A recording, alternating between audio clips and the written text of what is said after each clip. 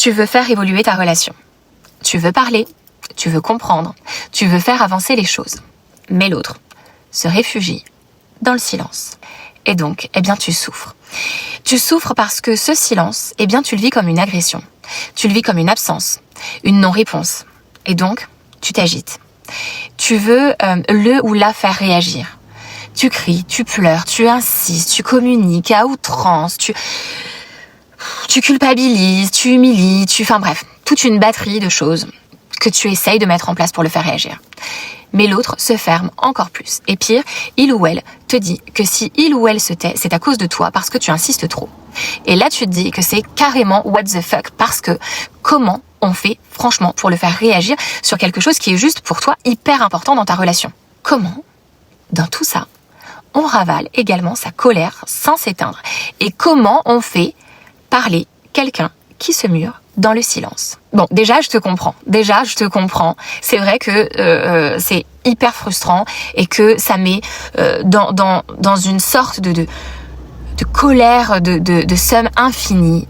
Mais, déjà, il faut comprendre que ce silence, ce n'est pas toujours du mépris. Ça peut l'être, mais ce n'est pas toujours du mépris. Et il faut comprendre que ce silence, ça peut aussi souvent être un mécanisme de protection. La personne en face de toi, quand elle sent la tension monter, elle panique au lieu de parler.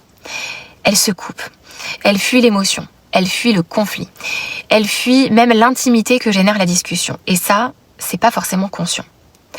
Le problème, c'est que toi, tu vis ça comme une punition, comme un abandon affectif. Et t'as raison. T'as raison. Parce qu'un silence répété, un silence non expliqué, non réparé, c'est violent.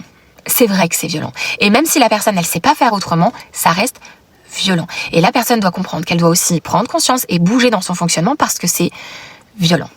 Mais si tu veux que ça change, il va falloir sortir du rapport de force. Parce que plus tu insistes, et plus l'autre renforce son système de défense. Donc, comment on fait avec ça? La première étape, c'est de gérer ta colère. Tu crois que si tu exploses, il ou elle comprendra mieux? Non.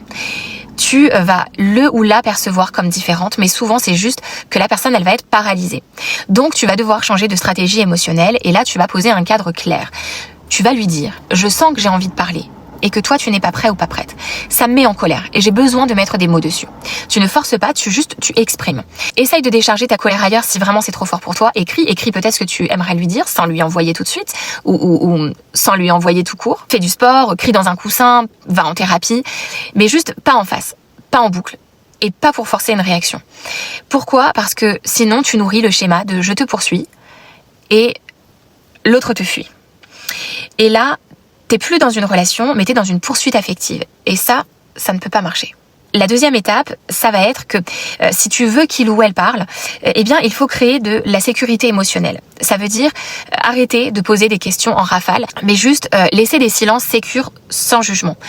Laisse poser ce temps de silence dont l'autre a besoin. Et là, tu vas pouvoir dire, tu n'es pas obligé de répondre maintenant, mais j'aimerais qu'on en parle quand tu seras disponible. Mais attention, il va vraiment falloir que tu me donnes un temps où tu seras disponible. Ne sois pas dans la fuite. Parce que tu viens lui dire ça. Parce que si je te vois dans la fuite, je vais recommencer mon fonctionnement à te poursuivre, en fait. Et surtout, essaye de créer un espace où parler n'est pas dangereux. Si tu veux qu'il ou elle s'ouvre, arrête de forcer la porte.